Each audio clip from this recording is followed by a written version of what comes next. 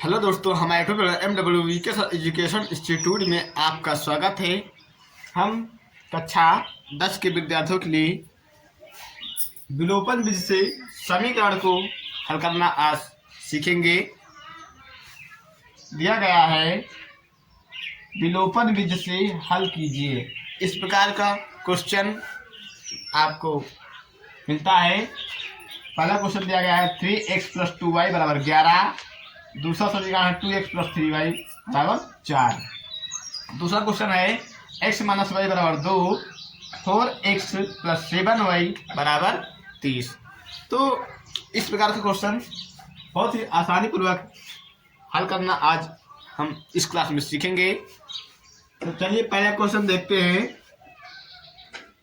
पहला क्वेश्चन दिया गया है 3x + 2y = 11।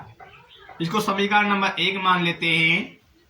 इसी में दूसरा समीकरण दिया गया है 2x + 3y = 4। इसको समीकरण नंबर 2 मान लेते हैं। तो अब इसको हमको विलोपन विधि से हल करना है। विलोपन विधि से यानी कि यहाँ पर विलोपन विधि का मतलब होता है कि एक को विलुप्त करना। क्या? एक चर को विलुप्त करना। ये दो चर वाले रैखिक समीकरण से क्वेश्चन दिया गया है। इसमें 3x एक चर हुआ और 2y एक अलग चर हुआ। तो इसमें दो चर होते हैं। दो चर वाले रैखिक समीकरण युग में दो चर होते हैं। तो इसमें से हमको एक चर को विलुप्त करना है। तो हम यहाँ पर देखते हैं कि 3x + 2y = 11 है। यहाँ पर 2x + 3y = 4 है। तो यदि हमको इसमें से एक चर को विलुप्त करना है तो हम क्या करेंगे कि इसमें से किसी एक चर को सेव करते हैं। तो यानी कि यहाँ पर 3x है, यहाँ पर प्लस का 2y है बराबर 11 है, यहाँ पर 2x है + 3y = 4 है। तो यदि हम समीकरण 1 को 2 से गुणा करा दें और समीकरण 2 को 3 से गुणा करा दें तो हम देखते हैं कि ये x वाला पद जो है सेव हो जाएगा। और जब हम गुणा कराएंगे उसके बाद में यदि इनका चिन्ह सेम है तो उसको हम घटा देते हैं। यदि इनका चिन्ह सेम नहीं है तो उसको हम जोड़ देते हैं। तो अब हम पहले समीकरण नंबर 1 को 2 से गुणा कराते हैं। तो लिखेंगे समीकरण 1 को 2 से गुणा करने पर आगे हल करते हैं। समीकरण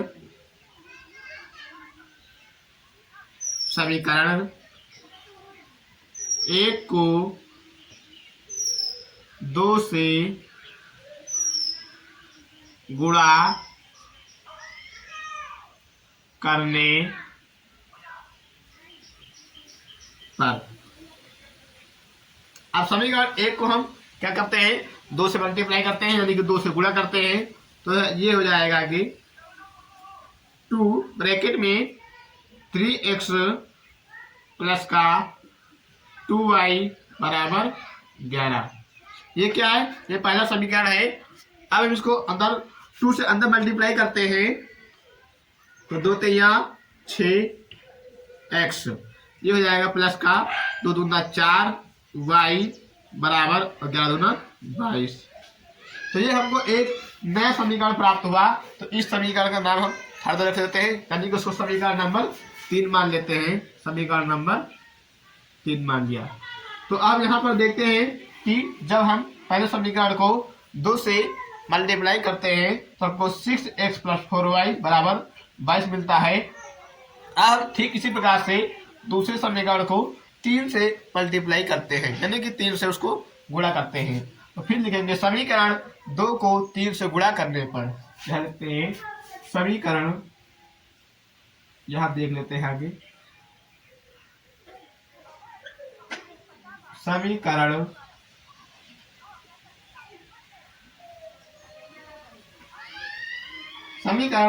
2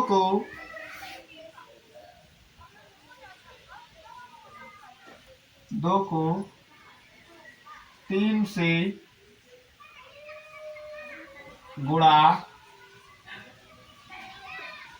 करने पर। जो हमारा दूसरा समीकरण है 2x प्लस 3y बराबर 4 है। दूसरा समीकरण क्या है 2x प्लस 3y बराबर 4 है। तो इसको हम समीकरण 2 को 3 से गुणा करते हैं। तो आगे देखते हैं यहाँ पर 3 ब्रैकेट में 2x प्लस 3y बराबर 4, 2x प्लस 3y बराबर 4। ये कौन सा समीकरण है? ये दूसरा समीकरण है 2x प्लस 3y बराबर 4। दूसरे समीकरण को हम 3 से मल्टीप्लाई करते हैं। तो आगे इसको हल करते हैं। फिर 3 दूनी 6x प्लस ले जाएगा 3 तरह की 9y बराबर यहाँ मल्टीप्लाई 4 3 4 3 12 हो जाएगा। इसको समीकरण नंबर हम 4 दे देते हैं। ये हमको नया समीकरण एक मिला है। इस समीकरण का हमने 4 रख दिया है। अब हम समीकरण 3 और 4 को देखते हैं। जब समीकरण 3 और 4 को देखते हैं तो हमको प्राप्त होता है कि यहाँ पर जो 6x प्लस 4y बराबर 22 है, तीसरा समीकरण है, और चौथा समीकरण प्राप्त हुआ 6x प्लस 9y बराबर 12। ये हमको चौथा समीकरण प्राप्त हुआ है। तो जब हम समीकरण 3 और 4 को देखते हैं तो यहाँ पर जो x वाला चर है उसका गुणांक क्या है? सेम है। x के चर का गुणांक सेम है। और हम देखते हैं कि यहाँ पर जो 6x है और जो समीकरण 4 में जो 6x है, समीकरण 3 और समीकरण 4 के x का चिन्ह क्या है? पॉजिटिव है, यानी सेम है। तो इसको हम क्या करेंगे? घटा देंगे। तो फिर अब यहाँ पर समीकरण 3 व 4 को घटाने पर देखते हैं। समीकरण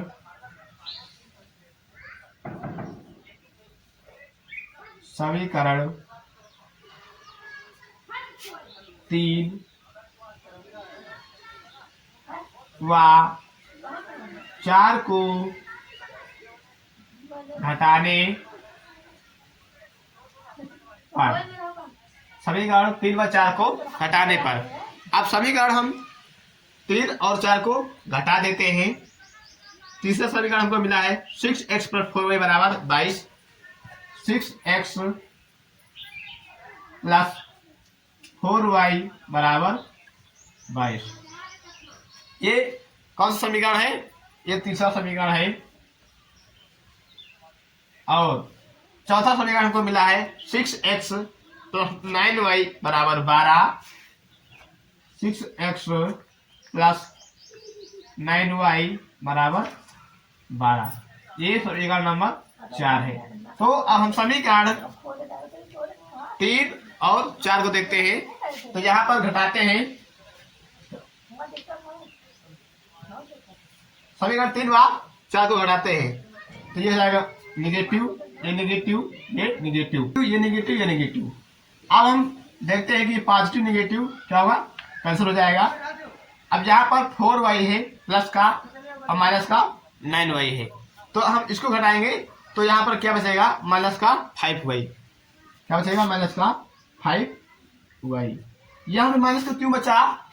क्योंकि प्लस का नंबर कम है, यानी कि यहाँ पर 4y प्लस का है और माइनस का 9y है। तो यानी कि जिसका नंबर ज्यादा होता है हम उसी का चिन्ह लेते हैं। तो यहाँ पर माइनस का 5y हो जाएगा। आगे हम करते हैं बराबर, यहाँ घटाते हैं तो यहाँ पर 22 है, यहाँ पर 12 है। तो 12 में 22 में से 12 घट जाएगा तो यहाँ 2 में से 2 घटा 0 और 2 में से 1 घटा तो 1, यानी 10 बचा। जो कि अब यहाँ पर 10 क्या बचा? पॉजिटिव बचा। क्यों पॉजिटिव है?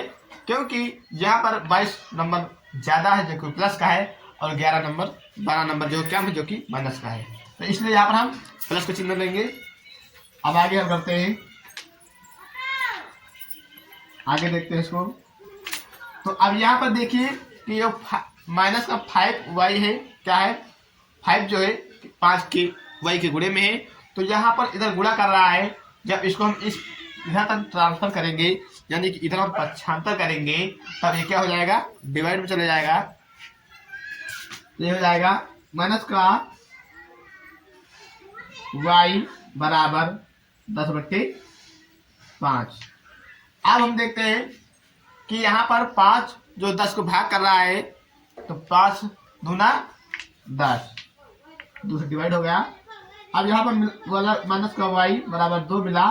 अब ये इधर माइनस का इधर है माइनस, इसको उधर ट्रांसफर कर देते हैं माइनस को, तो आगे को प्राप्त होता है y बराबर माइनस का 2। कितना प्राप्त हुआ? y बराबर माइनस का 2। तो हम इस प्रकार से विलोपन में से y का मान प्राप्त कर लिए हैं। अब हमको x का मान चाहिए। हमको x का मान ज्ञात करने के लिए यहाँ पर किसी भी समीकरण में हम y का मान पुट करेंगे, और जिस समीकरण में या समीकरण 1 में या 2 में या 3 में या 4 में किसी भी समीकरण में आप y का मान -2 रखेंगे तो आपको सेम वैल्यू मिलेगी। तो हम देखते हैं यहाँ पर समीकरण 1 में ही हम y का मान पुट करते हैं और x का मान निकालते हैं। तो आप फिर देख लीजिए। तो अब हम देखेंगे y का मान समीकरण 1 में रखने पर y का मान समीकरण 1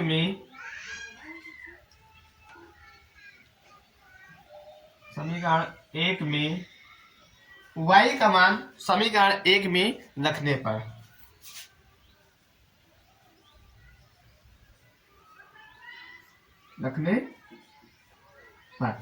पहला समीकरण दिया गया है क्या? ये क्या है? ये दो 3x + 2y बराबर 11। क्या दिया गया है? 3x + 2y बराबर 11। तो 3x + 2y बराबर 11। अब यहाँ पर y का मान क्या मिला है? -2 मिला है। तो y का मान हम यहाँ पर -2 रख देते हैं। ये हो जाएगा 3x + 2 × -2 बराबर 11। तो 3x + 2 दूना 4 प्लस माइनस माइनस यानी माइनस का 4 हो जाएगा। तो माइनस का 4 है बराबर 11। अब ये प्लस माइनस माइनस हो जाएगा, तो जाएगा 3x - 4 बराबर 11। अब ये इधर 4 क्या कर रहा है? निगेटिव है, उधर जाएगा तो पॉजिटिव हो जाएगा। तो ये आगे हो जाएगा 3x बराबर 11 + 4। क्या होगा? 11 + 4। तो अब 11 4 ऐड करेंगे तो कितना हो जाएगा? इधर देख लीजिए। इतने भी 3x है बराबर 11 है प्लस का 4 है, तो इसको ऐड करेंगे तो 11 4 हो जाएगा 15 और 3x तो हो जाएगा 3x बराबर 15। कितना? 3x बराबर 15 मिला। तो अब यहाँ पर 3 देखते हैं गुणा कर रहा है, इधर जाएगा तो भाग करेगा, तो हो जाएगा x बराबर 15/3। x बराबर 15/3 हुआ, तो ये 3 डिवाइड कर रहा है, तो 3 और 25 15। तो x के मान हमको प्राप्त हो गया है 5। क्या प्राप्त हुआ? 5 प्राप्त हुआ। तो इस प्रकार से विलोपन वृत्त का क्वेश्चन बहुत ही आसानी पूर्वक हल करते हैं। और हमने यहाँ पर 2 क्वेश्चन लिए हैं।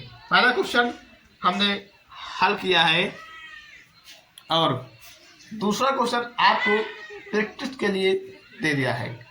तो इस क्वेश्चन को आप लोग प्रैक्टिस करिए और कमेंट में इसका आंसर जरूर दीजिए। x और y के मान बताइए। तो चलिए इसको हम एक बार पुनः समझ लेते हैं।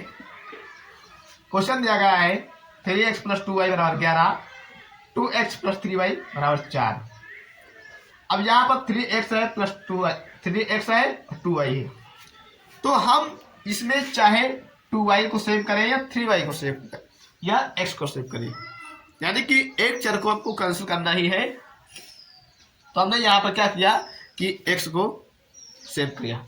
तो यहाँ पर देखिए 3 है, यहाँ पर 2 है। यदि हम इसको 2 से गुणा करा दें, इसको 3 से गुणा करा दें, तो ये भी 6 हो जाएगा, ये भी 6 हो जाएगा। तो इसलिए हमने पहले समीकरण दोनों समीकरण को पहले समीकरण को हमने 2 से गुणा कराया और दूसरे समीकरण 3 से गुणा कराया। जब पहले समीकरण को हमने 2 से गुणा कराया तब हमको 6x प्लस 4y बराबर 22 मिला। इसको हमने समीकरण नंबर 3 दे दिया। उसके बाद में जब दूसरे समीकरण को हमने 3 से मल्टीप्लाई कराया तो हमको 6x प्लस 9y बराबर 13 मिला। तो इस प्रकार हमने इसको समीकरण नंबर 4 मान लिया। अब हम देखते हैं कि समीकरण 3 और समीकरण 4 में जो x का मान है, x के गुणांक जो है क्या है, सेम है। तो हमने देखा कि ये 6x जो समीकरण 3 का 6x है वो भी पॉजिटिव है और 4 का भी पॉजिटिव है। तो हमने क्या किया, घटा दिया। तो हमने समीकरण 3 और समीकरण 4 को घटाने पर जब इसको घटाया तो हमको मिल गया है y माइनस 5y बराबर 10 और y का मान हमको प्राप्त हो गया कितना, -2। जब y का मान हम समीकरण 1 में या 2 में या 3 में या 4 में किसी भी समीकरण में रखेंगे तो हमको x मान प्राप्त होगा। तो y का मान हमने समीकरण 1 में रखा तो हमको x मान 5 प्राप्त होगा। आशा करते हैं इस बार क्वेश्चन आपको समझ में आ गया होगा। अब मिलते हैं आपको नेक्स्ट क्लास में।